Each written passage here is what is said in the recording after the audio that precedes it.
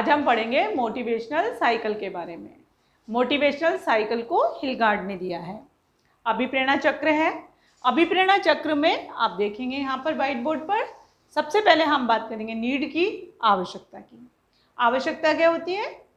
दो प्रकार की आवश्यकताएं होती हैं, शारीरिक और जैविक आवश्यकताएं और मनोवैज्ञानिक आवश्यकताएं। शारीरिक और जैविक आवश्यकताएं भूख, प्यास, काम, क्रोध, और मनोवैज्ञानिक आवश्यकताएं स्नेह और संबंधों से संबंधित। आवश्यकता क्या है? किसी वस्तु की कमी।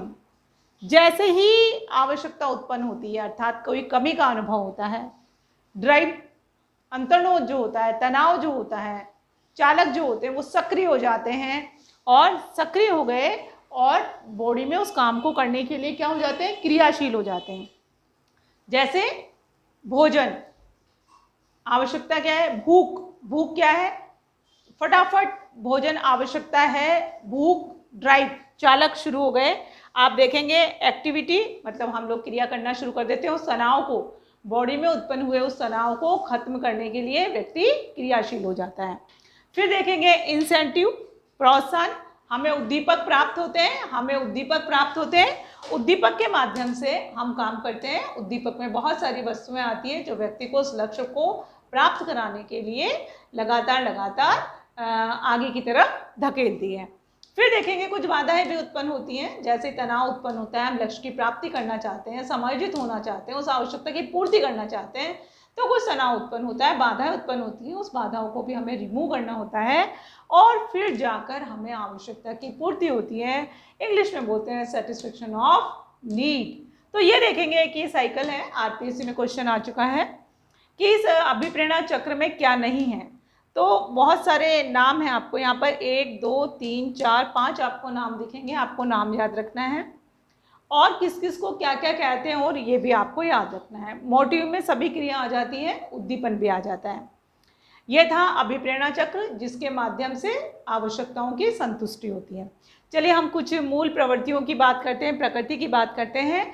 अभिप्रेरणा चक्र में ये अभिप्रेरणा चक्र, ये अभिप्रेरणा की प्रकृति कैसी होती है? तो देखिए, पर शॉर्ट में मैं आपको बता रही हूँ कैसी होती है क्योंकि हम पहले इस पे चर्चा कर चुके हैं।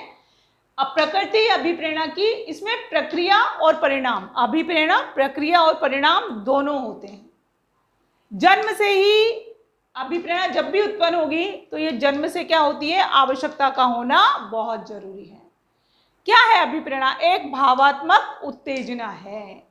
हमेशा कैसी स्थिति में रहती है अभिप्रेरणा? क्रियाशील स्थिति में रहती है, कभी भी निष्क्रिय नहीं रहती, हमेशा सक्रिय रहती है, क्रियाशील रहती है। साथ में आप देखेंगे किसका स्रोत होती है? एक अपूर्व शक्ति और ऊर्जा का हमेशा सोर्स होता है। रुचि के अभाव में भी अभिप्रेरणा को जारी रखा जा सकता है, निरंतर रखा जा सकता है। हमेशा किसी भी प्रकार की, हमने अभी पढ़ा था टाइप ऑफ मोटिवेशन, 2 टाइप, आंतरिक और बाहरी। लेकिन आप देखेंगे यदि वो बाहरी भी होगी तो इंटरनली अपने आप ही क्या होती है? अभिप्रेरणा हमेशा ही क्या होती है? आंतरिक होती है। चलिए अभिप्रेरणा को कैसे बढ़ाया जा सकता है उसके बारे में हम बात करते हैं। लिखा हुआ है अभिप्रेरणा को बढ़ाने की विधियां। कैसे बढ़ाया जा सकता है? देखिए, प्रशंसा एवं निंदा। अगर कोई औसत स्टूडेंट है, यदि आप उसकी प्रशंसा कर देते हैं तो वो क्लास में अपनी उपलब्धि का स्तर जो है, निष्पत्ति का स्तर जो है, एक्टिव होने का जो स्तर है उसको बढ़ा देता है। तो प्रशंसा और निंदा। यदि कोई स्टूडेंट गॉड गिफ्टेड है, प्रतिभाशाली बालक है, यदि हम उसकी निंदा करते हैं तो उसका भी उपलब्धि स्तर बढ़ जाता है क्योंकि वो इस बात को समझता है। कक्षा का वातावरण अच्छा होना चाहिए, इससे भी अभिप्रेरणा का स्तर बढ़ता है। अभिप्रेरणा को बढ़ाने की विधियाँ, बच्चा मोटिवेट होता है। शिक्षक का व्यवहार अच्छा होना चाहिए, बच्चों से लगाव होना चाहिए, उनकी व्यक्तिगत समस्याओं पर ध्यान देना चाहिए, पर्सनल अटेंशन देना चाहिए। आकांक्षा का स्तर कैसा है? विद्यार्थी का आकांक्षा स्तर कैसा है? इस बात पर भी अभिप्रेरणा निर्भर करती है। फिर आप देखेंगे और कैसे बढ़ा सकते हैं? पुरस्कार एवं दंड के द्वारा। यदि हम किसी बात के लिए, किसी को अच्छे सकारात्मक कार्य के लिए किसी को पुरस्कार देते हैं तो भी हम अभिप्रेरणा के स्तर को बढ़ा सकते हैं। दंड नकारात्मक है लेकिन इसके माध्यम का या इसका प्रयोग करके हम अभिप्रेरणा को बढ़ा सकते हैं।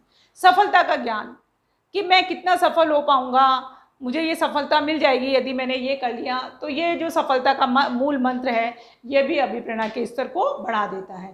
प्रतिद्वंदिता, कंपटीशन की भावना आ जाए, प्रतिद्वंदिता आ जाए, हेल्दी कंपटीशन, प्रतिद्वंदिता आ जाए, प्रतियोगिता आ जाए, तो ये भी व्यक्ति को क्या कर देती है, एक्टिव कर देती हैं, मोटिवेट हो जाता है व्यक्ति जीतने के लिए उस प्रतियोगिता को या उस प्रतिद्वंदिता का हिस्सा बनने के लिए।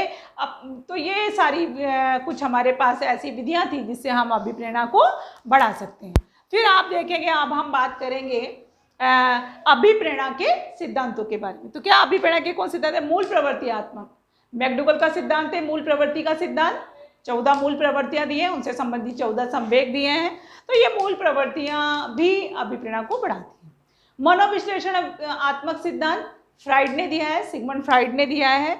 मनोविश्लेषण जिसमें हमने बात की थी आपसे ईड ईगो, सुपर ईगो की, चेतन अचेतन अर्धचेतन की, अंतर्नोद का सिद्धांत, तनाव का सिद्धांत, प्रोत्साहन का सिद्धांत, शरीर क्रिया का सिद्धांत और मांग का सिद्धांत।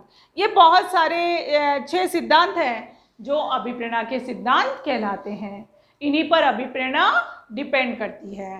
तो अभी हमने बात की अभिप्रेरणा के अर्थ के बारे में, परिभाषा के बारे में, उसके साइकिल के बारे में, फिर हमने बात की अभिप्रेरणा की प्रकृति क्या होती है, फिर हमने बात की अभिप्रेरणा को कौन कौन से तरीकों से बढ़ाया जा सकता है, अर्थात विधियाँ कौन सी है, और अभिप्रेरणा को प्रभावित करने वाले सिद्धांत कौन से। एक बात स्किनर की एक परिभाषा है कि अभिप्रेरणा को सीखने का राजमार्ग कहा जाता है 2013 में, और भिन्न भिन्न जो कंपटीशन एग्जाम है उसमें यह आ चुका है, आपको ध्यान रखना है। स्किनर महोदय ने ये परिभाषा दी है या अभिप्रेरणा को इन शब्दों से शब्दबद्ध किया है कि अभिप्रेरणा सीखने का राजमार्ग है।